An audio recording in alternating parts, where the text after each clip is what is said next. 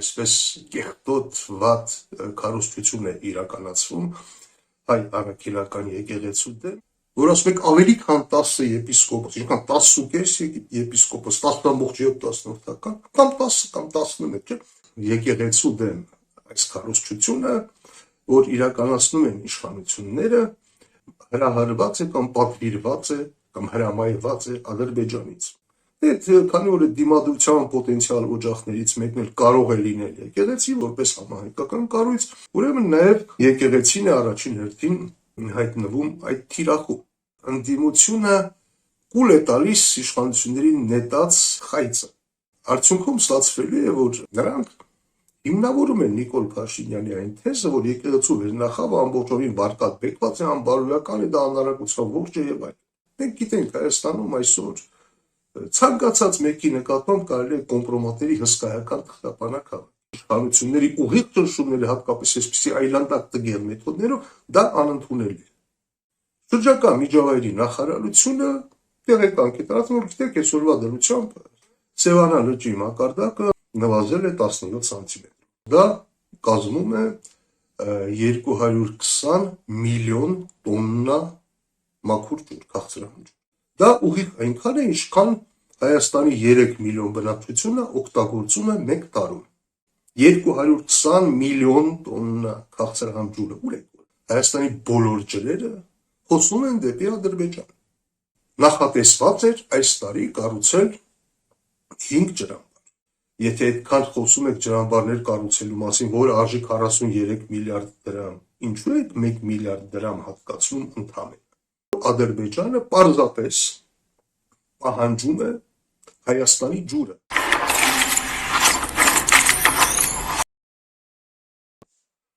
Մեկ 991 TV YouTube անալիքում ուղիղ խոսքն է, բարև ձեզ։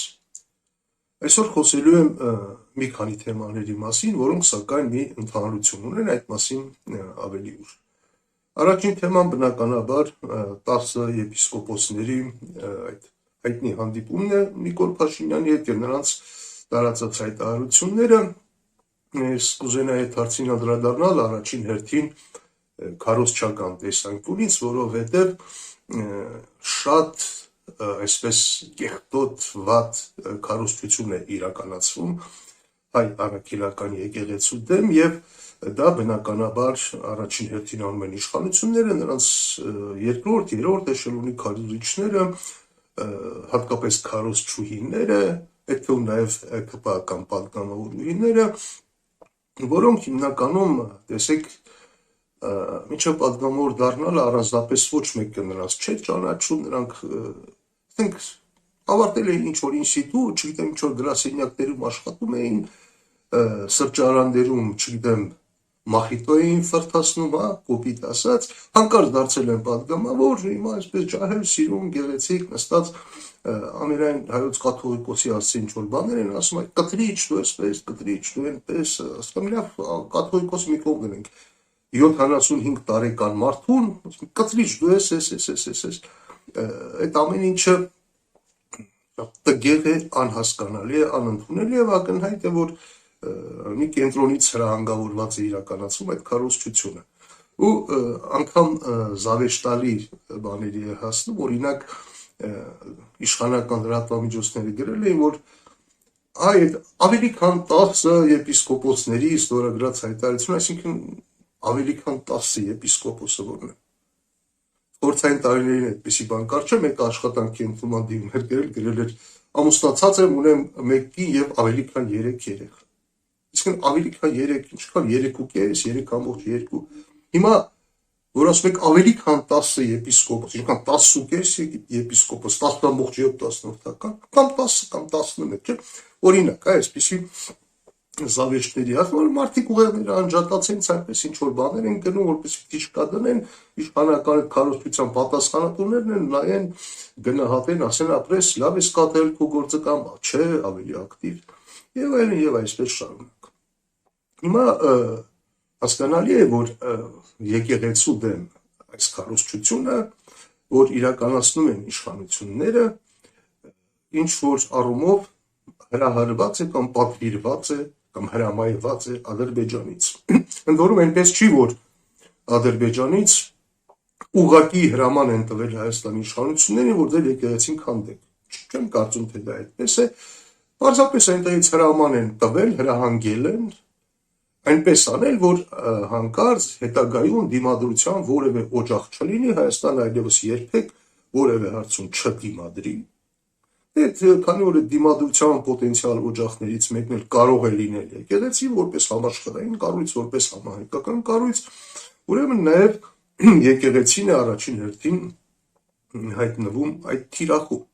Սա կարծում եմ ակնհայտ է եւ առավել ես քանի որ իշխանությունների համար էլ սա քարոզչական հարմար թեմա է, իշխանությունները հաճույքով անում են դա քաղաքական նպատակներով, այն իմաստով, որ դիմությունը կարող է օգտվել եկեղեցու հեղինակությունից եւ ներքաղաքական պայքարում ինչ-որ առավելություններ ստանալ։ Հիմա ինչ վերաբերում է քարոզչությանը երկրորդ հատվածին, ապա տեսեք այստեղ ընդդիմությունը կուլ է տալիս իշխանություններին նետած, հեշտությամբ կուլ է տալիս իշխանություններին նետած այդ խայծը։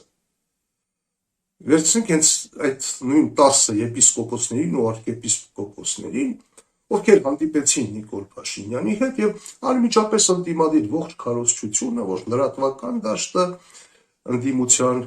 սկսեց թիրախավորել նրանց, այ մեկը կոռումպացված է, չգիտեմ, մեկը համասեռամոլ է, մեկը չգիտեմ, էս բաները։ Հետագայում ասենք, եթե եւս 3 կամ 5 եպիսկոպոս միանան դրանց, հիմա նորից ասում են, այս 3-ն էլ էսպես, արդյունքում ստացվելու է, որ նրանք հիմնավորում են Նիկոլ Փաշինյանի այն թեզը, որ եկեղեցու վերնախավը ամբողջովին վարկատ բեկված է, անբարոյական է, դա անարակության ողջ է եւ այլն։ Դա են հիմնավորելու անուղղակիորեն։ Հետևաբար պետք չի ուշադրություն դարձնել այդ հարցերին։ Մենք գիտենք Հայաստանում այսօր ցանկացած մեկի նկատմամբ կարելի է կոմպրոմատերի հսկայական թղթապանակ հավաքել։ Եվ հատուկ ծառայությունները եւ ժամանակակից տեխնոլոգիաները այդ հնարավորությունը տալիս են։ Պետք չի գնալ այդ ճանապարհով։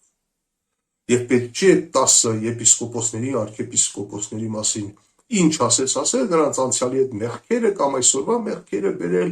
մեջտեղ ասել այդ տեսնում եք, որտեղ դրանով իշխանական թեզն է հաստատվելու։ Պետք է հարց պարզապես դնել այնպես, որ եպիսկոպոսը թե ով պիտի լինի, դա եկեղեցու ներքին գործն է եւ իրենք իրենց ընթացակարգերով են դա որոշելու։ Իշխանությունների ուղիղ ճնշումները հատկապես այսպիսի այլանդակ տգեղ մեթոդներով դա անընդունելի է։ Սա պիտի լինի։ Հիմա երբ որ խոսում եմ արտաքին հնարավոր պատվերի մասին, հիմա ասում եմ երկրորդ թեմային, տեսեք, թվում է սրա հետ կապ չունեցող հարց է առաջին հայացքից։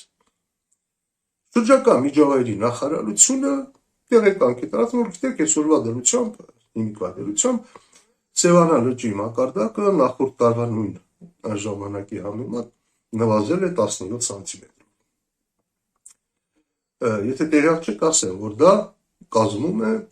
220 միլիոն տոննա մաքուր ջուր, քաղցրահամ ջուր, 220 միլիոն տոննա, այդ 17 սանտիմետր։ Դա ուղիղ այնքան է, ինչքան Հայաստանի 3 միլիոն բնակչությունը օգտագործում է մեկ տարում։ 220 միլիոն տոննա կամ 220 միլիարդ լիտր քաղցրահամ ջուրը չկա։ Չեմ ասում միջազգային գներով, ինչ նույնիսկ Հայաստանի ամենացածր, ամենանվազն սակագներով դա կազմում է 6-7 միլիոն դոլար։ Այդ ջուրը չկա, հայտնի չի որտեղ է։ Ընդ որում այնպես չի, որ այս տարի երաշտ է եղել, այնպես չի, որ տեղումները քիչ են եղել։ Ավելի նույն շրջակա միջավայրի նախարարության տեղեկանքի համաձայն Սեման լցվող կետերի հոսքն էլ էապես չի փոխվել անցած տարվա։ Բա ուր է այդ 220 միլիոն տոննա ջուրը։ Ուր է։ Սա մի քիչ հիշեցնում է, չէ՞, հայտնի պատմությունը, որ այս իշխանությունները 8 միլիարդ դոլարի վարկ են վերցել, նրանց հարցում են, ասում են, ուր է այդ փողը, վերցել եք, չկա, ասում են, ոստ է չկա, զենք ենք առել։ Հա, հետո պարզում են փաստաթղթերով բան, որ իրականում 1.5 միլիարդ դոլարի եք զենք առել։ Այն 6.5 միլիարդ դոլար, որ 21-րդ դարի հնարավոր չի թաքուն ինչ-որ տեղերից զենք բերել, չէ՞, 6.5 միլիարդ դոլարի, որ ոչ մեկը չի մա։ Չէ, ասում են զենք ենք, բայց չկա, փաստն է, որ 6.5 միլիարդ դոլարի հետ կչկա։ Հիմա նույնն է ջրի պատմությունն է։ 220 միլիոն տոննա քաղցրահամ ջուրը ուր է կորել։ Եվ այստեղ պիտի հիշենք, որ Հայաստանի բոլոր ջրերը, ջրային ելքերը գետերով հոսում են դեպի Ադրբեջան։ Կամ լցվում են Արաքսը գնում են դեպի Ադրբեջան, կամ անգամ այն գետերը, որոնք հոսում են դեպի Վրաստան, այնտեղ լցվում են Քուրգետը եւ էլի Քուրգետով հասնում են Ադրբեջան։ Այսինքն փարտացի մենք կարող ենք ենթադրել, որ այդ ջուրը այսպես թե այնպես պարզ է, որ հոսել է Ադրբեջան։ Կարող ենք ենթադրել, որ դա դրա համար էլ սևանալի առանց որևէ հասկանալի պատճառի միանգամից նվազել է 220 միլիոն տոննա խորանարդ մետր քաղցրահամ ջրով։ Այդքանով պակասել։ Հայաստանի իշխանությունները անդադ խոսում են այն մասին, թե որքան կարևոր է ջուրը ամբողջ աշխարհում, ռազմավարական հումք է, ճիշտ են ասում։ Ասում են, որ մենք չպիտի թույլ տանք, որ որևէ կաթիլ ջուր Հայաստանը կորցնի, որտեղ հնարավոր է պիտի ջրամբարներ կառուցենք, բայց ինչպես միշտ, երբ որ Հայաստանի իշխանությունները ինչ-որ բան ասում են, ճիշտ հակառակն են անում։ Տեսեք, նախատեսված էր այս տարի կառուցել 5 ջրամբար։ Իշխանությունները խոստացին, որ այս տարի կկառուցեն 5 ջրամբար։ Բնականաբար չեն կառուցել, չեն սկսել։ Հիմա ասում են, որ այդ 5 ջրամբարները կառուցելու են եկող տարի, 2026 թվականին։ Բայց այդ 5 ջրամբարների կառուցման համար նախագծերը կան։ Պետք է 43 միլիարդ դրամ։ Հայաստանը բյուջեով այդ գործի համար հատկացրել է 1 միլիարդ դրամ։ Հասկացաք, արժի 43 միլիարդ, բյուջեից հատկացրել են 1 միլիարդ եւ ասում են, որ այս տարի կառուցելու ենք։ Բնականաբար այդ 1 միլիարդով չեն կարող կառուցել, բայց դա լրիվ հերիք է, որպեսզի տանեն ինչ-որ էքսկավատորներ կանգնեցնեն այնտեղ, իբր թե աշխատում են Նիկոլ Փաշինյանը դիլա ինչ-որ ժապավեն կտրի կամ տեսակցիկները չարչել, ինչ-որ բաներ խոսի, վերջո նախընտրական տարի է, դա պետք է։ Բայց որ ջրամբարները չեն կառուցվելու, դա արդեն հասկանալի է, փաստը չի կարող կառուցվել, թե բյուջեով գումար հատկացված չի։ Կարող ենք մենք ենթադրել, որ Ադրբեջանը թույլ չի տալիս ջրամբարներ կառուցել Հայաստանում, որովհետև եթե ջրամբարներ կառուցել է, ջուրը կօգտագործվի Հայաստանում, եթե չէ, կհոսի Ադրբեջանից, այնտեղ ջրի շատ լուրջ խնդիրներ կա։ Եվ խնդիրը պարզ է, չէ, որ միայն փողը չի։ Հիշում եք նախագահ Վահագն Խաչատուրյանը ասում էր Հայաստանում փողի խնդիր չկա, բայ եթե չկա, եթե այդքան խոսում եք ջրամբարներ կառուցելու մասին, որը արժի 43 միլիարդ դրամ, ինչու է 1 միլիարդ դրամ հատկացնում ընդհանրապես։ Ես այդտեղից կարող եմ եզրակացություն անել, որ Ադրբեջանը պարզապես պահանջում է Հայաստանի ջուրը եւ ընդհանրապես պահանջում է, որ Հայաստանը չունենա այն, ինչ ինքը չունի։ Եվ սա ընդհանուր է նաև եկեղեցու դեմ պայքարում, Սփյուռքի դեմ պայքարում Հայաստանի իշխանությունների։ Ադրբեջանը հայ առաքելական եկեղեցու նման աշխարհասփյուռ կառույց չունի համակարգային, եւ իրենք պահանջում են, որ Հայաստանն էլ չունենա։ Ադրբեջանը սփյուռք չունի Հայաստանի ցավալներով, հայ ժողովուրդ, իրենք պահանջում են, որ Հայաստանն էլ չունենա, այդ սփյուռքի հետ հարաբերությունները խզի։ Ադրբեջանը ջրային պաշտպաններ չունի, ստիպում է, որ մենք մեր ջրային պաշտպանները չկուտակենք, որպեսզի դա հոսի Ադրբեջան։ Ակնհայտ է, այսինքն նույն սկզբունքն է գործում, նույն նպատակը, նույն պահանջները։ Եվ սա ինձ վերաբերում ոչ միայն դրան, կարող եմ ուրիշ օրինակ բերել։ Օրինակ, երեք Ֆաշիկ Ալավերդյանը հեռացվեց Հայաստանի ծանրամարտի հավաքականի գլխավոր մարզչի պաշտոնից։ Այսինքն այս հարցում էլ Հայաստան ծանրամարտը մեջ այն եզակի մարզաձևերից էր, որոնցով մենք աշխարհում շատ կարևոր տեղեր էին զբաղեցնում, մեր պատիվներ, դա այն է, ինչ Ադրբեջանը չունի, մեր համեմատ ավելի քիչ ունի։ Չէ՞։ Ճիշտ այնպես, ինչպես ժամանակին շախմատներ, եւ տեսեք, այսինքն կա հաղթող կառույց։ Եվ Հայաստանի իշխանությունները անում են այնպես, որ հանկարծ էլ որևէ տեղ չհաղթեն։ Նույնն եղավ շախմատում Լևոն Արոնյանի հետ կապված, տեսակ,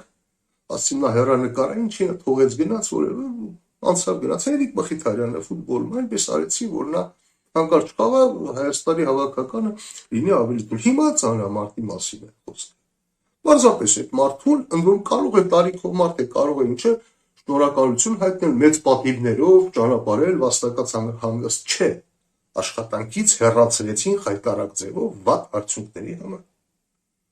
Այն մարդուն, ով լուրջ ավանդ ունի հայկական ծանրամարտ այդ բարձունքներին հասցնելու գործ։ Այսինքն սա ընդհանուր սկզբունքն է։ Այն ինչ որ կարող է մեզ ինչ որ հաղթանակներ բերել, թեկուզ փոքր հարցերում, թեկուզ քաղաքական հարցերից, թեկուզ տնտեսական հարցերում։ Ադրբեջանը պահանջում է, որ մենք այդ ամեն ինչից հրաժարվենք եւ Հայաստանի իշխանությունները հաճույքով անում են դա, այդպիսով փորձելով դուր գալ եւ ինչպես իրենք են որպեսզի հանկարծ այդ կարմիր շորը թափ չտանք ցուլի առաջ, հանկարծ նրանք չկատաղեն, դրա համար պետք է հրաժարվել այն ամեն ինչից, ինչը կարող է բարկացնել մեր հակառակորդներին։ Նա Հայաստանն է ուզում այսօր ասել, կհանդիպենք առայժմ։